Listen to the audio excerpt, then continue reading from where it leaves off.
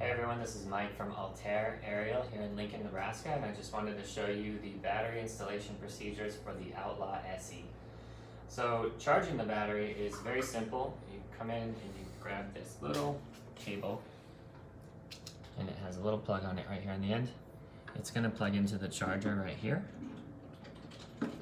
and the charger goes into a USB. Don't leave the charger charging unattended overnight. Try to just charge it until it's charged and then unplug it.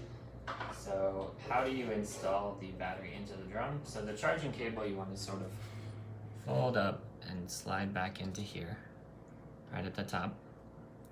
And then this yellow connection is going to connect into that yellow connection right there. You don't have to do anything, just slide the battery in. You're going to get that signal, and then lock it underneath, and then you're ready to go. So that's everything.